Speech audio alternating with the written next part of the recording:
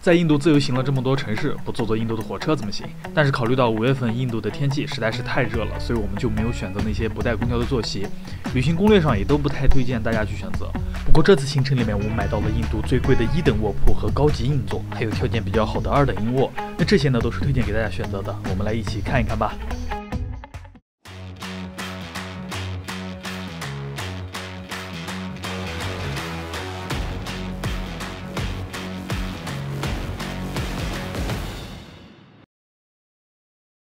现在呢，我们来到了斋普尔的火车站，我们准备坐我们在印度的第一趟火车去焦特布尔市。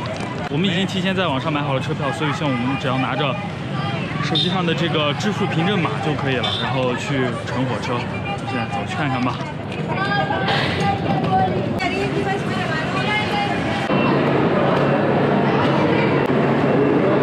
这个安检人员也是在那谈笑风生，根本没有看我们的行李。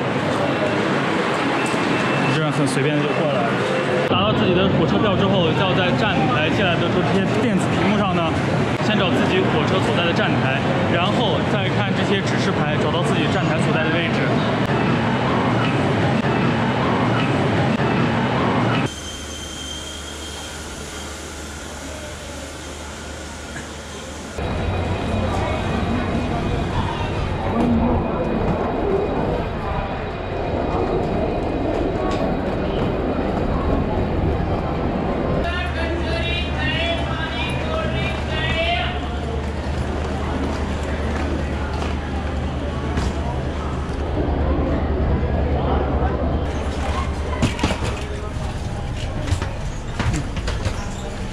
这就是空调卧铺2等座。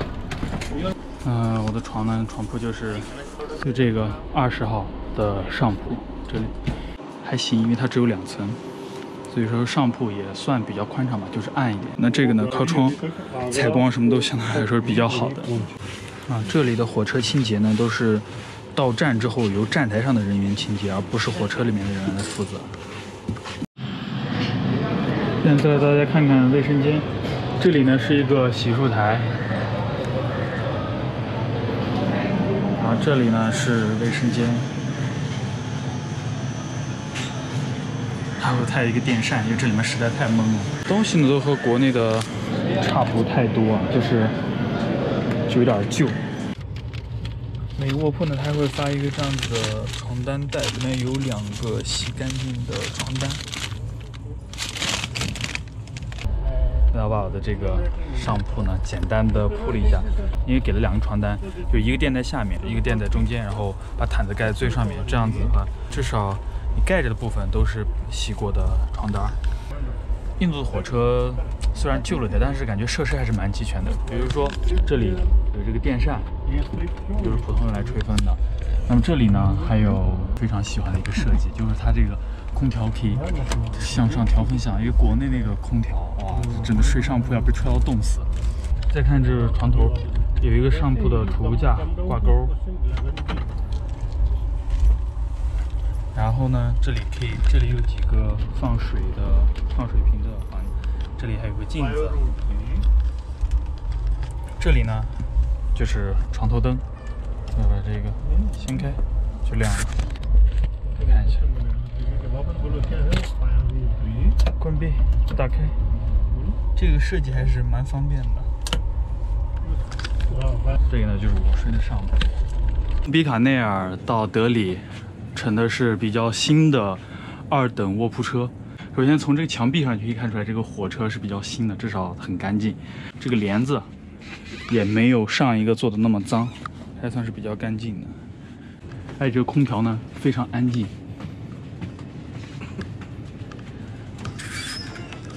然后这些该有的东西呢，都配得非常齐全，有灯、电源、空调，非常方便，还有镜子。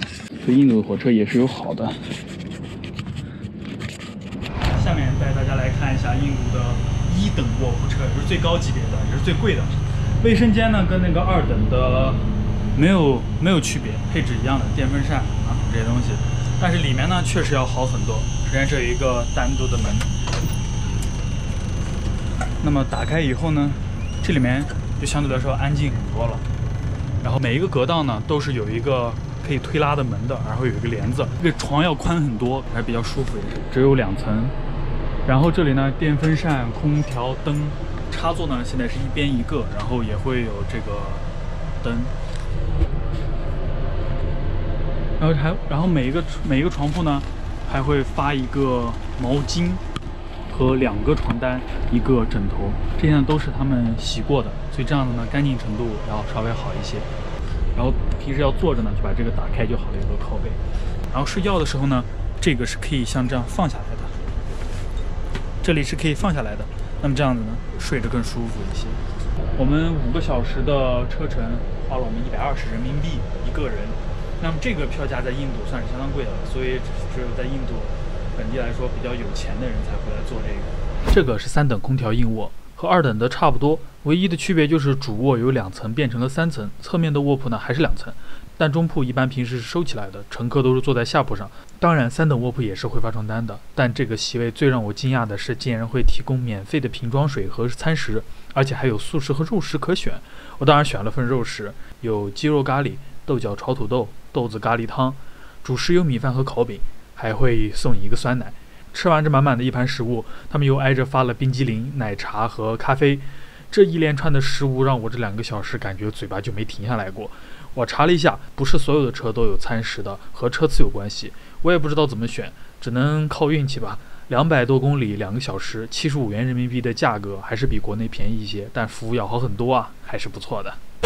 现在呢，我们坐在从阿格拉返回德里的火车上，这也是我们最后一趟火车，所以我们订了一个非常高级的座位，叫 EC。那么这个座位呢，价格是比较贵的，应该是印度最贵的硬座了。从阿格拉到德里200公里，每张票需要150元。那我们看一下它这个座位怎么样，你可以看一下，跟国内的2等座差不多。当然它的速度呢也是印度相对来说在比较快的那一种。那么它这个平均每公里的价格要比中国的高铁要稍微贵一些，每公里平均是7毛钱，但中国的呢是每公里大概5毛钱。但是它这个有一个好处，贵在哪？它会送你一堆吃的。那我们现在来看一下有什么，一个腰果，然后一个小饼干，这一个甜点，这有一块甜面包，还有这个茶或者咖啡。